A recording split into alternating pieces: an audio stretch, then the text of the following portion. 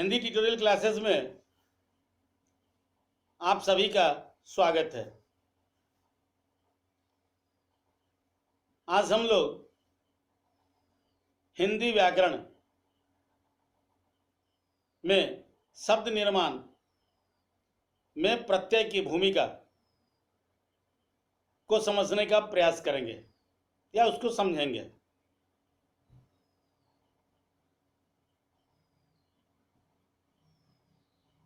इसके पहले हम लोगों ने शब्द निर्माण के लिए जरूरी समास और उपसर्ग को भी समझा था। आशा है समास और उपसर्ग दोनों ही आप लोगों को दोनों का आप बेहतर समझ सके होंगे।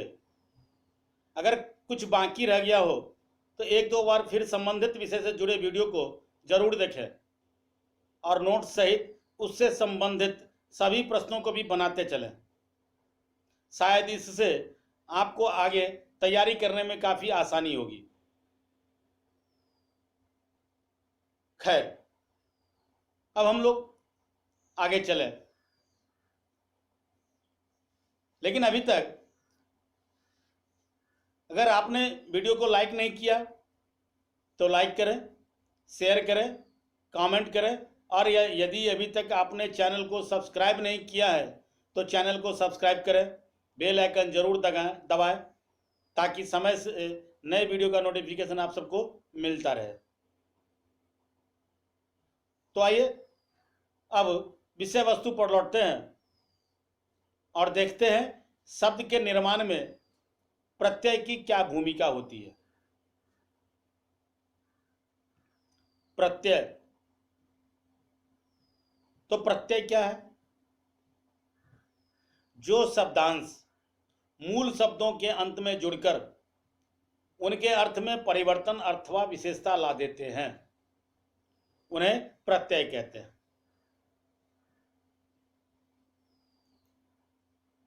फिर एक बार समझें कि जो शब्दांश मूल शब्दों के अंत में जुड़कर उनके अर्थ में परिवर्तन अथवा विशेषता ला देते हैं उन्हें प्रत्यय कहते हैं। क्लियर? अब प्रत्यय के भेद पर चर्चा करने से पहले, जैसा हम सभी जानते हैं कि संसार में सर्वाधिक पढ़े जाने वाली तथा बोले जाने वाली भाषाओं में से एक भाषा हिंदी भी है। अतः स्वाभाविक रूप से हिंदी में भी विद्वानों का शोध होता ही रहता है। शायद इसीलिए भी अनेक विद्वानों द्वारा तैयार व्याकरणों से हमेशा नई नई जानकारी मिलती रहती है। मतलब विद्वानों की अलग अलग राय। प्रत्यय के विषय में भी ऐसा ही कुछ है। कुछ जगहों पर प्रत्यय के दो प्रकार, कृत प्रत्यय और तदित प्रत्यय ही बताया गया है। मोटे तौर पर अगर कहा जाए तो कम से कम में प्रत्यय को समेटा गया है। क्लियर? जबकि कुछ एक जगहों पर प्रत्यय को थोड़े अधिक विस्तार से बताया गया है, जहां प्रत्यय के दो वर्ग, हिंदी के प्रत्यय और संस्कृत के प्रत्यय, दोनों को शामिल किया गया है। हिंदी के प्रत्यय को भी दो भागों में विभक्त किया गया है, दो भागों में बांटा गया है। एक तो रूप साधक प्रत्यय, दूसरा शब्द साधक अथवा व्युत्पादक प्रत्यय। इन दो भागों में विभक्त किया गया है। फिर संस्कृत वाले प्रत्यय के भी दो भेद बताए गए, कृत प्रत्यय और तदित प्रत्यय। जहां कृत और तदित दोनों ही प्रत्ययों के लिए अनेक स्थितियों का जिक्र मिलता है, जिसके अंतर्गत कृत प्रत्यय हेतु 5 और तदित प्रत्यय के वास्ते 11 स्थितियों की चर्चा है। 11 स्थितियों की। इस पर भी हम लोग चर्चा करेंगे, आगे विस्तार से करेंगे। लेकिन आज हम लोग मोटे तौर पर प्रत्यय के दोनों भेद, कृत और तदित, केवल इन्हीं दोनों पर चर्चा करेंगे। कृत प्रत्यय,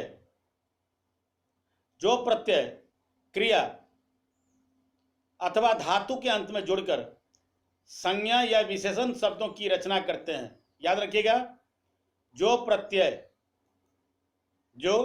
प्रत्यय क्रिया या धातु के अंत में जुड़कर, क्रिया या धातु के अंत में जुड़कर संज्ञा या विशेषण शब्दों की रचना करते हैं, संज्ञा या विशेषण शब्दों की रचना करते हैं। ठीक है, क्या कहलाते हैं वो? कृत्य प्रत्यय कहलाते हैं।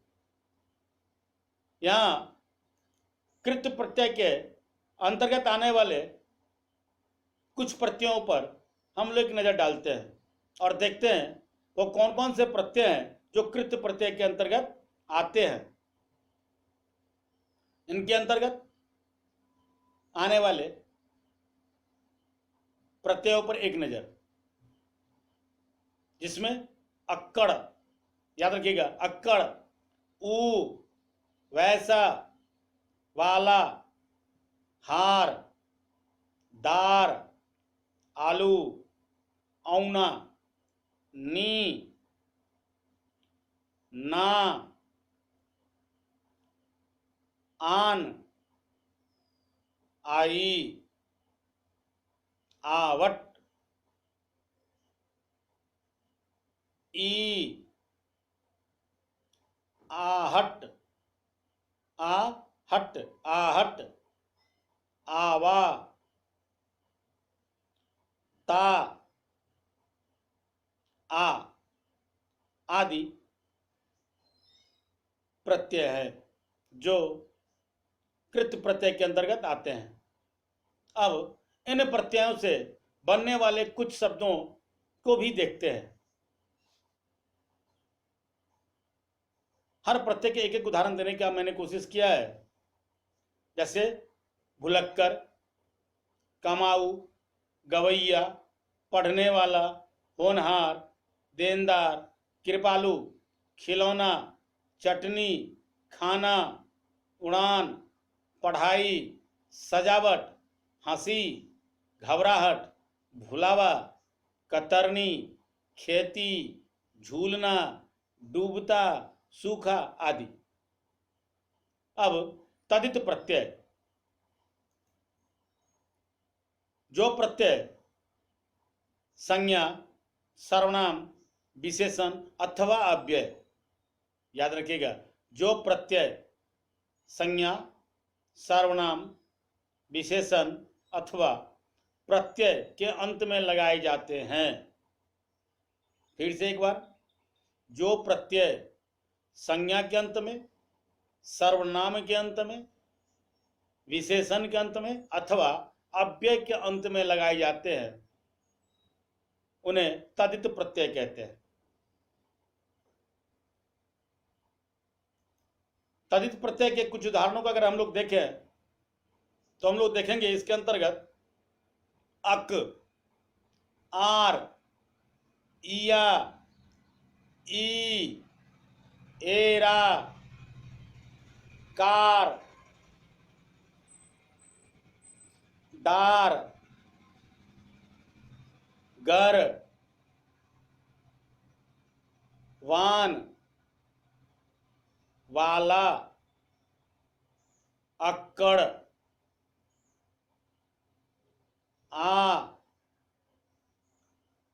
आई, आहट, इया, आस,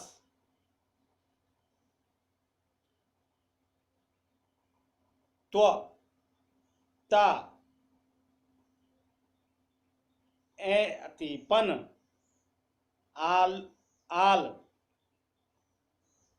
आलू, ईक, ई, एरा, आ, ई, इये, इया, ईला,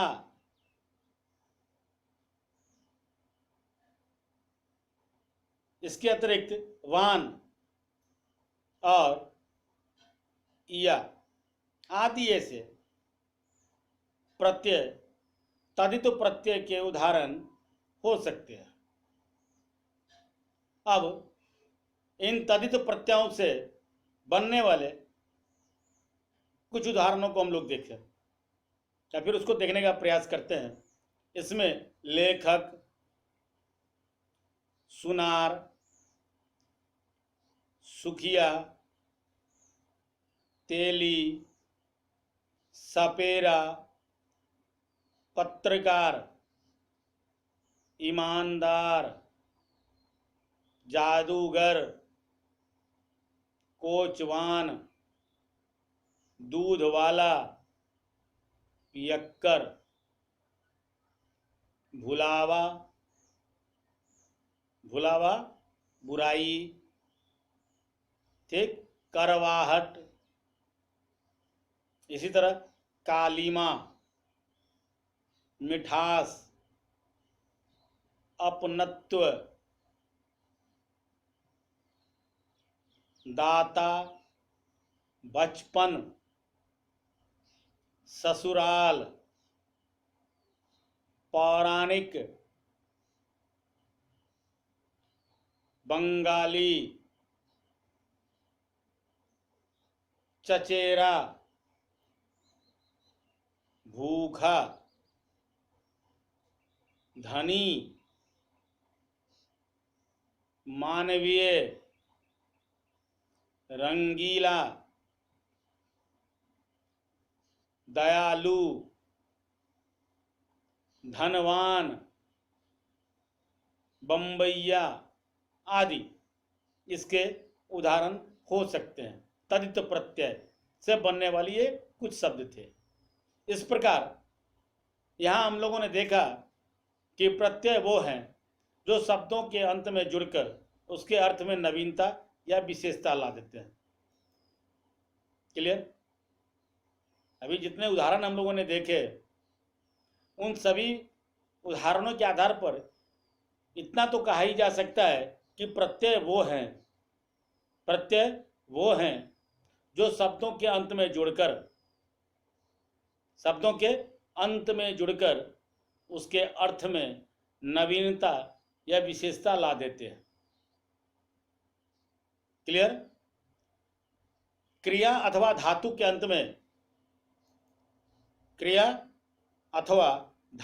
अंत में जुड़कर संज्ञा या विशेषण की रचना करने वाले प्रत्यय को कृत्य प्रत्यय कहते हैं। याद होगा, जब क्रिया या धातु के अंत में कोई प्रत्यय जुड़कर उसे संज्ञा में बदल दे या फिर उसे विशेषण बना दे, इन दोनों ही स्थितियों में इस प्रकार के प्रत्यय को कृत्य प्रत्यय कहते हैं। क्या कहते हैं उसको हम लोग? कृत्य प्रत्यय कहते हैं। क्लियर? इसी तरह और संज्ञा, सर्वनाम, विशेषण या फिर अव्यय के अंत में जुड़ने वाले प्रत्यय तदित प्रत्यय कहलाते हैं। फिर एक बार, संज्ञा, सर्वनाम, विशेषण या फिर अव्यय के अंत में जुड़ने वाले सभी प्रत्ययों को तदित प्रत्यय कहते हैं। क्लियर? ये थे आज के प्रत्यय। आज के लिए बस इतना ही। आप देखते रहिए हिंदी ट्यूटोरियल क्लासेस। आपने वीडियो को लाइक नहीं किया तो वीडियो को लाइक करें, शेयर करें, कमेंट करें, और अगर अभी तक आपने चैनल को सब्सक्राइब नहीं किया है तो चैनल को सब्सक्राइब करें, बेल आइकन जरूर दबाएं ताकि समय से नई वीडियो का नोटिफिकेशन आपको मिलता रहे। आप देखते रहिए हिंदी ट्यूटोरियल क्लासेस। धन्यवाद।